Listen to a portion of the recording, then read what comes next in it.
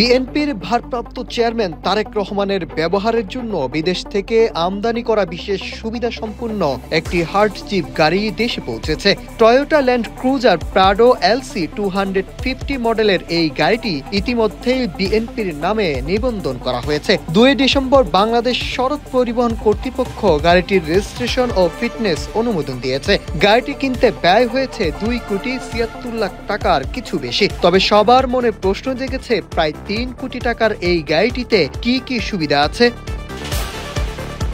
তাহলে একটু জেনে নেওয়া যাক কি কি সুবিধা আছে তারেক রহমানের জন্য আনা নতুন এই গাড়িটিতে। অত্যাধুনিক এই গাড়িটিতে উন্নত নিরাপত্তা প্রযুক্তি থাকলেও গাড়িটিতে বুলেট প্রুফ না। তবে ব্যবহারকারী চাইলে গাড়িটিতে বুলেট প্রুফ প্রযুক্তি সংযোজন করতে পারবেন। তবে বুলেট প্রুফ না হলেও গাড়িটিতে আছে সর্বাধুনিক সেন্সর, ক্যামেরা সিস্টেম ও সুরক্ষা কাঠামো। টয়োটা এই গাড়িটিকে তাদের প্রাডো সিরিজের সবচেয়ে নিরাপদ সংস্করণ হিসাবে দাবি করছে।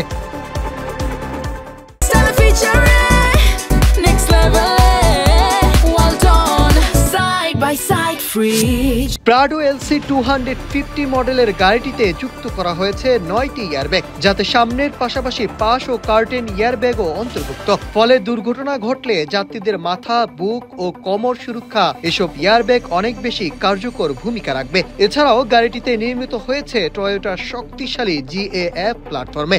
নতুন এই প্ল্যাটফর্ম গাড়িটির কাঠামোগত স্থিতিশীলতা অনেক বাড়িয়েছে, ফলে সংঘর্ষের সময় এর আঘাত শোষণ ক্ষমতা অনেক বেশি। নতুন প্রাডো 250 এ যুক্ত হয়েছে টয়োটার সর্বাধুনিক টয়োটা সেফটি সেন্স 3.0 স্যুট, যাতে দুর্ঘটনার ঝুঁকি কমাতে উন্নত সেন্সর ও কৃত্রিম বুদ্ধিমত্তা প্রযুক্তি ব্যবহার করা হয়েছে। এতে আছে প্রি কোলিশন সিস্টেম ও পথচারী শনাক্তকরণ প্রযুক্তি, যা আগাম বিপদ আঁচ করে স্বয়ংক্রিয়ভাবে ব্রেক কাজে লাগায়। আছে ডাইনামিক রাডার ক্রুজ কন্ট্রোল, যা সামনে থাকা গাড়ির গতির সঙ্গে স্বয়ংক্রিয়ভাবে সামঞ্জস্য রেখে নিরাপদ দূরত্ব বজায় রাখে। এছাড়াও এতে আছে লেন ডিপারচার অ্যালার্ট ও স্টিয়ারিং অ্যাসিস্ট, যা গাড়ি লেন থেকে সরে গেলে চালককে সতর্ক করে এবং প্রয়োজন হলে হালকা স্টিয়ারিং সহায়তা দেয়।